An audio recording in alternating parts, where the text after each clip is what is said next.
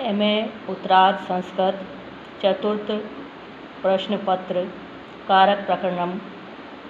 मैं डॉक्टर मनीषा गोदारा, सह आचार्य संस्कृत, राजकीय बांगड़ महाविद्यालय, डीडवाना। द्वितीया विभक्ति अनभिहिते इति अधिकृत्य द्वितीया। अनुक्ते कर्मणि द्वितीया स्यात् हरिम बचती। अनुक्त कर्म में द्वितीया विभक्ति होती है, अर्थात तिंग आदि प्रत्ययों के द्वारा अकथित कर्म में द्वितीया होती है। कर्तृवाच्य वाक्यों में कर्म द्वारा अनुक्त, कर्तृवाच्य वाक्यों में कर्म सदा अनुक्त रहता है, अतः उसमें द्वितीया विभक्ति होती है। हरिम भजती, इस वाक्य में भजन क्रिया द्वारा कर्ता भक्त को इष्टतम कारक है हरिम, अतः इसकी कर्म संज्ञा होकर प्रस्तुत सूत्र से उसमें द्वितीया विभक्ति हुई है और उक्त कर्ता में प्रातिपदिक इत्यादि नियम से प्रथमा ही होगी। प्राय तिंग, कृत, तदित और समास से कर्म आदि कारक उक्त होते हैं। हरि सेव्यते, यहाँ कर्म वाच्य में तिंग से कर्म के उक्त हो जाने से हरि में प्रथमा विभक्ति है। लक्ष्म्या सेवित, यहाँ कर्म वाच्य में सेव धातु से कत प्रत्यय के द्वारा कर्म के उक्त होने से हरि में प्रथमा विभक्ति है। शतेन कृता, सत्य, इसमें कृत अर्थक तदित यत प्रत्यय द्वारा कर्म के उक्त हो जाने से प्रथमा विभक्ति है। प्राप्त आनंदम यम स प्राप्तानंद, इस उदाहरण में प्राप्त और आनंद पदों में द्वितीयार्थ में बहुब्रीहि समास है, अतः यहाँ अन्य पदार्थ जन मनुष्य आदि कर्म के समास द्वारा उक्त हो जाने से प्राप्तानंद इस समासांत पद में प्रथमा विभक्ति हुई है।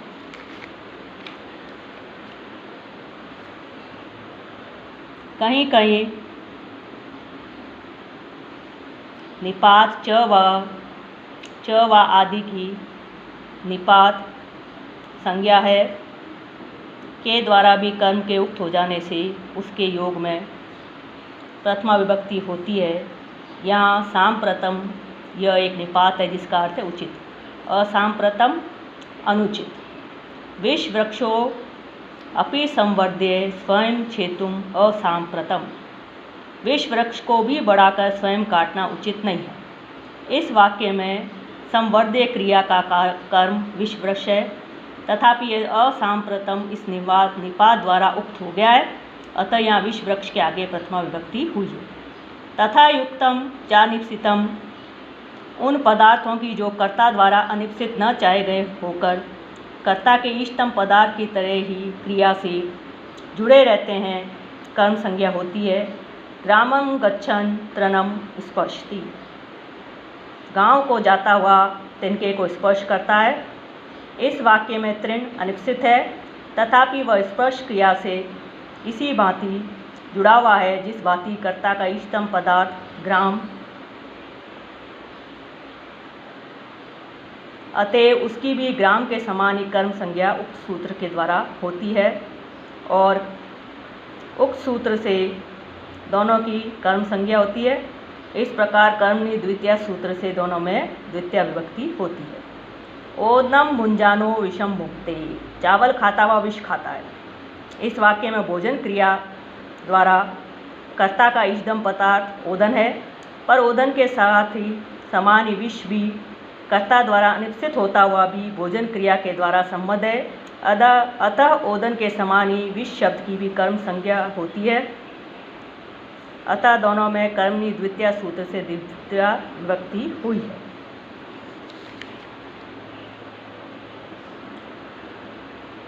अकथितम च,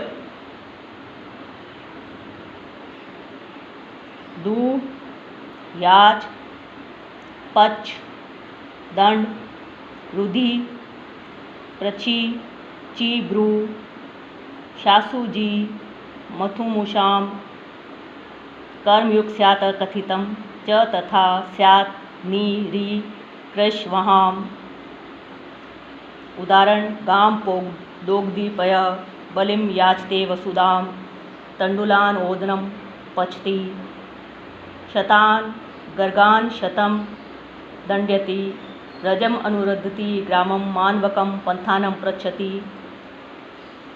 वृक्षम एव चिनोति फलानि मानवकम धर्मम ब्रूते शास्ति वा शतम जयति देवदत्तम सुदाम क्षीरनिधिम मथनाति देवदत्तम शतम मुष्णाति। अपादान आदि के द्वारा अविवक्षित जो कहने के लिए इष्ट न हो कारक अकथित कहलाता है और उसकी भी कर्म संज्ञा होती है, पर यह नियम उपयुक्त कारिका में परिगणित धातुओं के लिए ही है, अर्थात दू दूना, याच याचना करना, पच पकाना,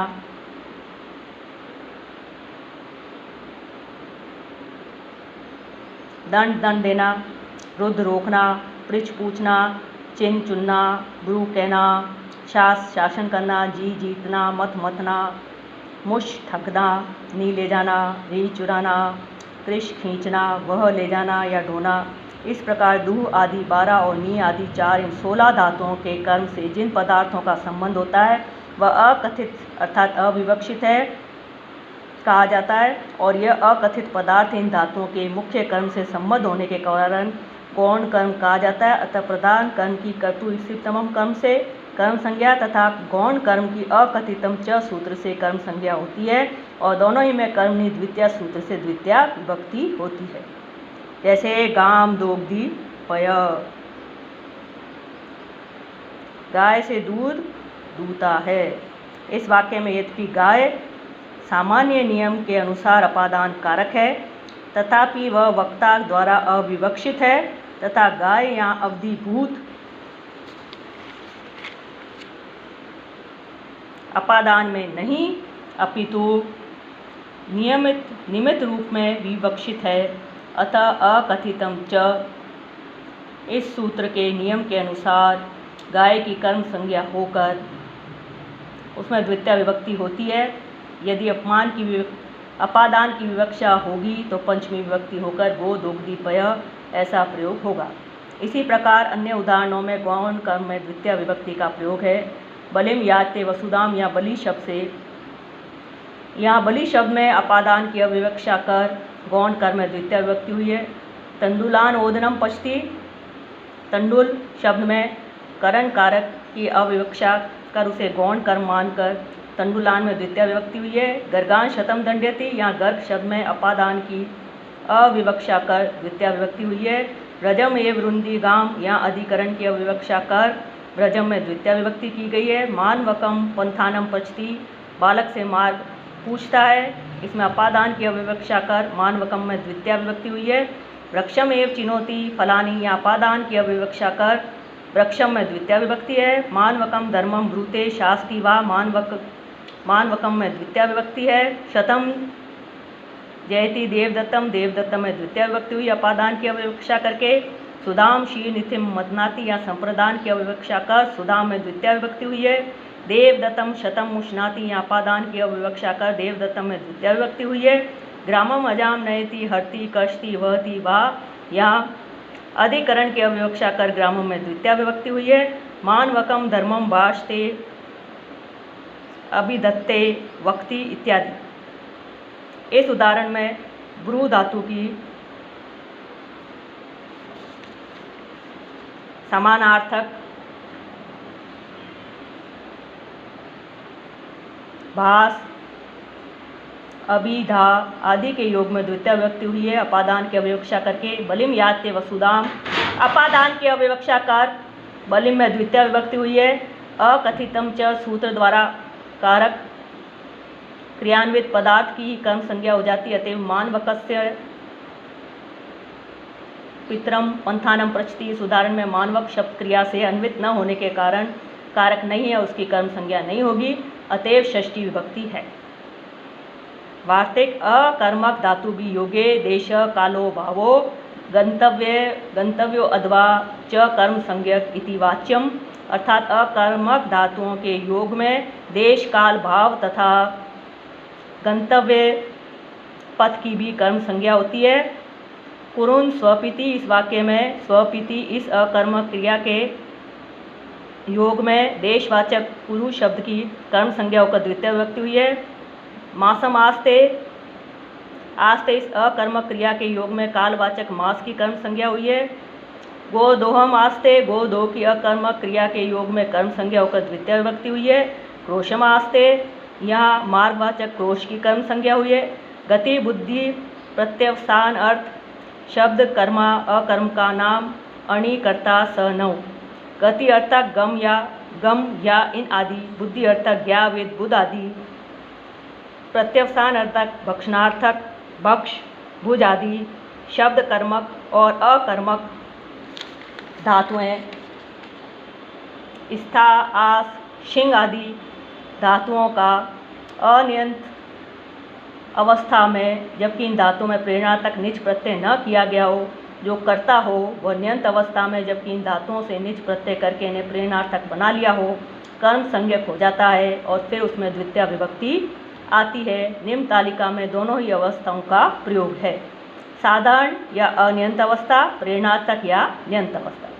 साधारण या अनियंत अवस्था। शत्रव स्वर्गम अगच्छन् हरि शत्रुन स्वर्गम अगम्यत। स्वे वेदार्थम अविदु हरि स्वान वेदार्थम अवेद्यत।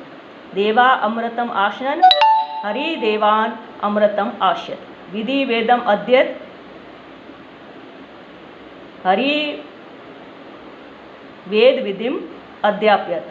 पृथ्वी सलिले आस्त हरि पृथ्वीम सलिले आस्यत।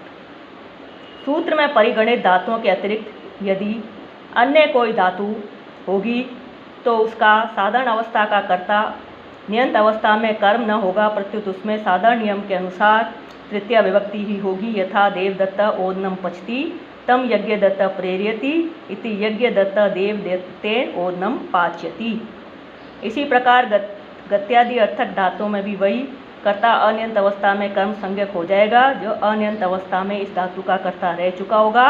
यथा देवदत्त यज्ञदत्तम गम्यति तम विष्णुमित्र प्रेरयति इति विष्णुमित्र देवदत्तेन यज्ञदत्तम गम्यति। यहाँ देवदत्त अनियंत अवस्था का कर्ता न होकर गम्यति इस रूप के साथ नियंत अवस्था का ही कर्ता है, अतः वह तृतीया में रखा गया है, द्वितीया में नहीं।